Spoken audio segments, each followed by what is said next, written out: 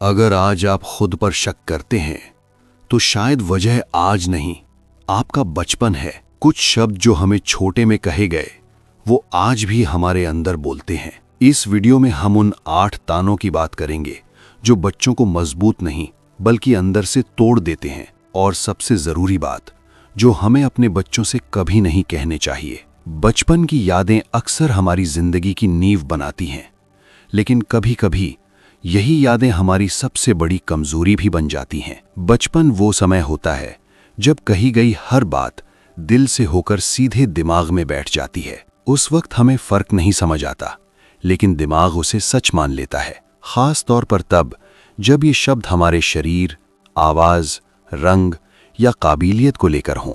मजाक में कही गई बातें, डांट के दौरान सुने गए ताने, या फिर तुम्हारे भले के लिए बोल रहा हूं कि नाम पर दिए गए कमेंट उस समय छोटे लगते हैं, लेकिन उनका असर सालों तक पीछा करता है। मनोवैज्ञानिक मानते हैं कि बचपन में सुने गए नेगेटिव कमेंट्स हमारी सोच का हिस्सा बन जाते हैं और बड़े होकर हमारे आत्मविश्वास, फैसले, रिश्ते और खुद को देखने का नजरिया सब कुछ अनजाने में प्रभावित करने लगते हैं। यही वजह है कि आज बहुत से लोग खुद को पूरी तरह स्वीकार नहीं कर पाते। ताना नंबर 1, तुम बहुत मोटे हो। ये शब्द अक्सर माता पिता, रिश्तेदार या स्कूल के दोस्तों से सुनने को मिलता है, लेकिन बच्चे के लिए ये सिर्फ एक लाइन नहीं होती, ये एक लेबल बन जाता है। बच्चा सीख लेता है कि मेरा शरीर गलत है।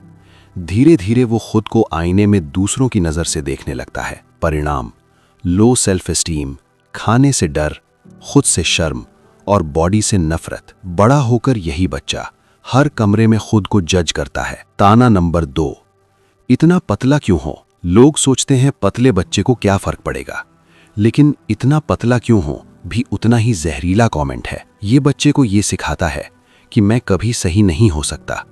वो सोचने लगता है कि मैं जैसा हूं वो ठीक नहीं है। बड़े होकर ऐसे लोग हर तुलना खुद से करते हैं, अपने शरीर को लेकर चिंता में रहते हैं और खुद को कमजोर मान लेते हैं। ताना नंबर 3, इतने स्लो क्यों हो, या तुम दौड़ ही नहीं पाते। खेल के मैदान में या स्कूल के फंक्शन में कहा गया ये ताना बच्चे के आत्मविश्वास पर सीधा हमला करता है। बच्चा सीख लेता है कि मैं अच्छा नहीं हूं।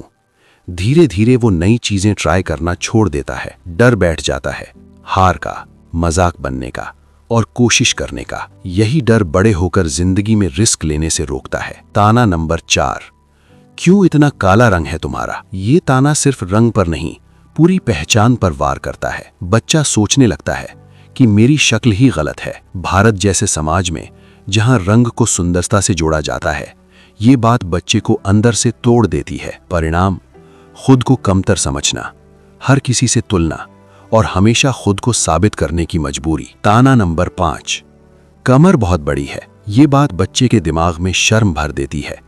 वो सीख लेता है कि मेरा शरीर छुपाने की चीज है। धीरे धीरे खाना डर बन जाता है, फिटनेस सजा लगने लगती है और खुद को जज करना आदत बन जाती है। यही सोच बड़े होकर एंजाइटी और इनसिक्योरिटी बन जाती है। ताना नंबर 6, आंखें बहुत बड़ी हैं या नाक अजीब है। चेहरे से जुड़ी बातें सबसे गहरा असर करती हैं, क्योंकि चेहरा हमारी पहचान है।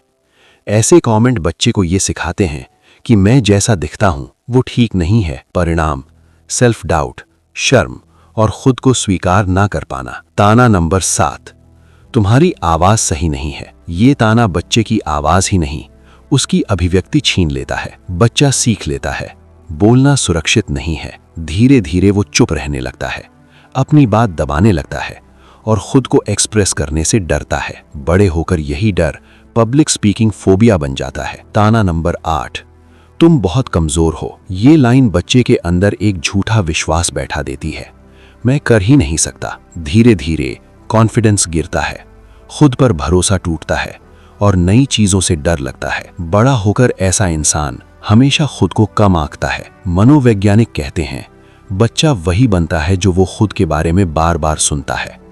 अगर आप कमेंट बदल देंगे तो बच्चे की सोच बदल जाएगी। ताने की जगह गाइडेंस दीजिए, तुलना की जगह समझाइए। अगर आप माता पिता हैं तो खुद को दोष मत दीजिए।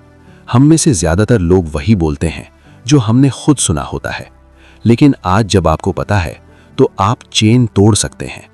आपका एक शब्द किसी बच्चे का पूरा भविष्य बदल सकता है। अगर ये वीडियो आपके दिल को छू गया हो, अगर इनमें से कोई लाइन आपने खुद सुनी हो, तो इस वीडियो को उन माता पिता तक जरूर पहुंचाइए जो अनजाने में अपने बच्चों को चोट पहुंचा रहे हैं। चैनल को सब्सक्राइब कीजिए, क्योंकि यहाँ बात होती है बच्चों के मन की और भविष्य की।